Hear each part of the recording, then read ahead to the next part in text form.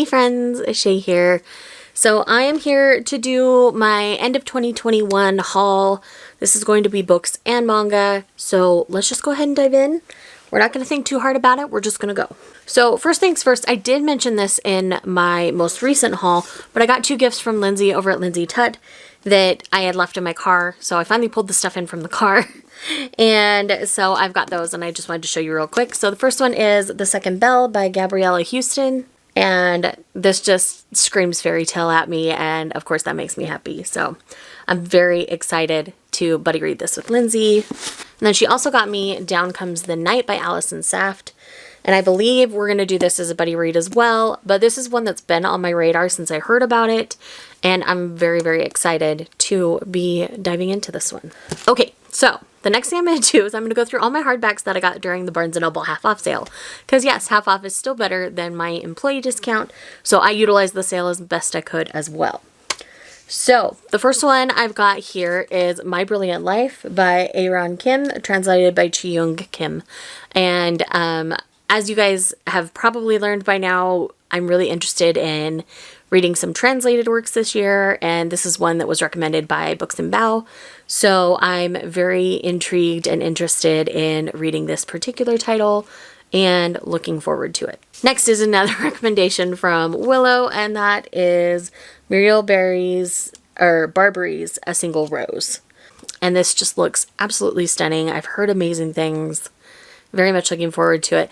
The UK cover is a lot prettier than this one, but I will happily read whatever version I can get my hands on, especially if I'm only paying half price. Next up is The Bones of Ruin by Sarah Raleigh. Now, I've not been getting along as well with YA fiction as I've talked about before, but the concept of this was super intriguing. And I'm really interested to see how I feel about it. I know some people really liked the first book but didn't necessarily want to continue, so we'll see how I feel. The next one I picked up was The Latinist by Mark Prince. And yes, I did pick this up on the sale. My store got it in early. And I saw this on quite a few people's anticipated releases of 2022. And I just remember it sounding super intriguing. I believe it's a retelling of sorts. Yeah, Daphne and Apollo. And I've really been enjoying Greek retellings recently, so I definitely wanted to give this one a try. And again, half off. How can you say no? Next is Miko Kawakami's Heaven. A lot of people who translate his works, this was one of their best of last year, so I am definitely intrigued and very interested. The next one I've been eyeing for a super long time, and I finally decided to pick up, and that is Crying in H Mark by Michelle Zauner. I believe I got the last copy in my store because it was super popular during the holidays as well as during the sale.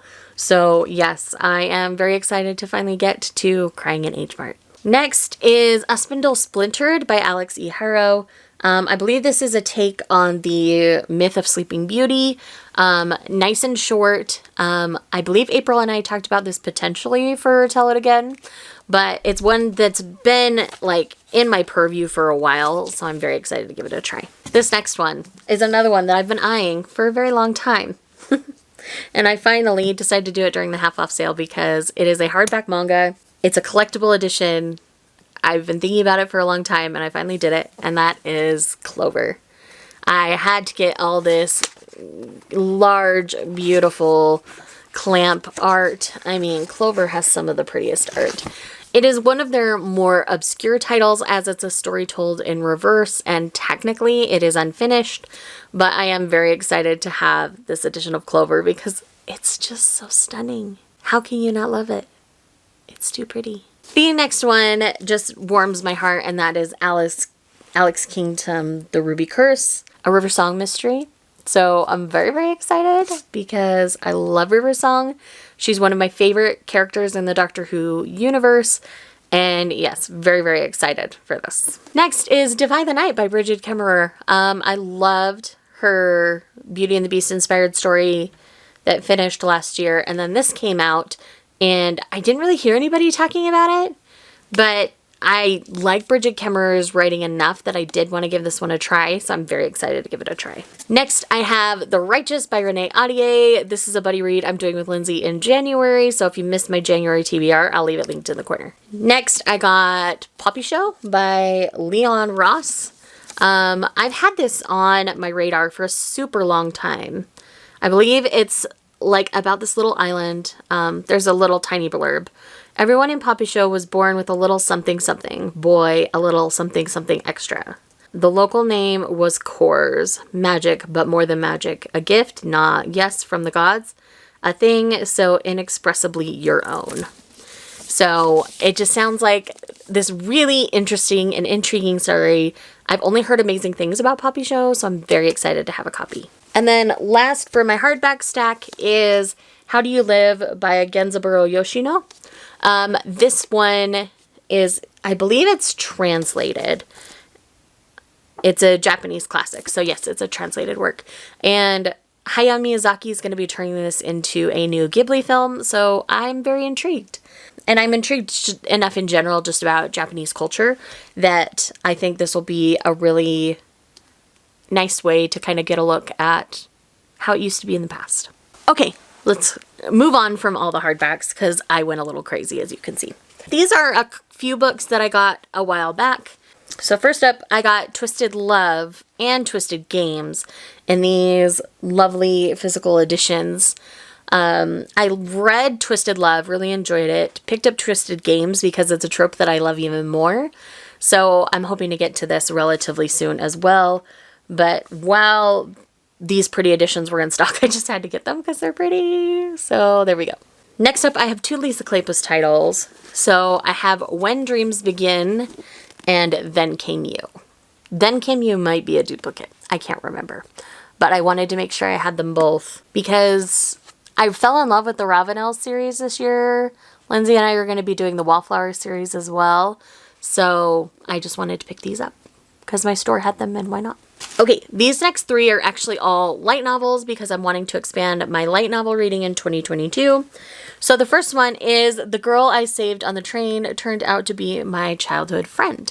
And this just sounds like a really cute romance kind of trope and a frustratingly sweet, zero-stress romantic comedy. So this is volume 1 and rom-com? Yes, please, sign me up. You know me on romance. It's a thing. It's a mood. It's my life. There we go. Next, I have Unnamed Memory, The Witch of the Azure Moon, and The Cursed Prince, Volume 1. And I believe this one has quite a few strong romantic elements as well. And anybody I know that's read this one has really ended up enjoying it. So, very much looking forward to this one as well. And then the last one here is Tear Moon Empire.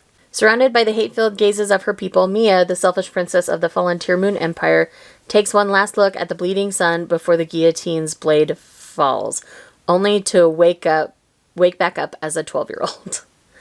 So it's going to be really interesting to see how this one goes. I've kind of enjoyed that reincarnation trope recently, so we'll see how I feel about this one. I've not really heard anybody talk about it, and this is just volume 1.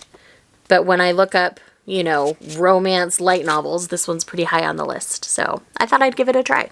And then I do have a few volumes of manga that I'm just going to run through here real quick. So I have I'm the Cat Lord's Manservant Volume 1 and Volume 2. But Shay, you've already read Volume 1. Yes, I did. I thought I had a duplicate and I sent it to Taku. And I realized it wasn't a duplicate, it was my only copy. So I bought me a fresh copy. And I got Volume 2, obviously, because I enjoyed Volume 1 enough to buy a second copy. So that should tell you enough. Then I read I've Become an Omega today. I read this the day I bought it. And it's not super weird Omegaverse. It's barely Omegaverse. It's just more the Omegaverse plot is like the source of conflict for the couple.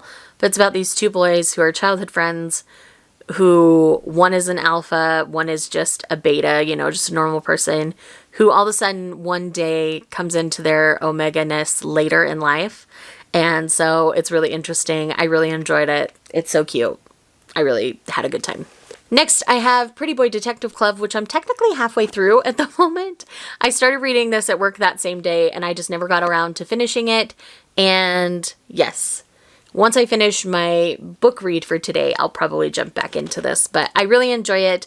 This is like, it's like Sherlock Holmes meets Ouran High School. That's really how it feels, and it's so, so good. Then I have Vampire Dormitory Volume 2. Again, a vampire boarding school kind of series. Really love it. Then I've got The Splendid Work of a Monster Maid Volume 1.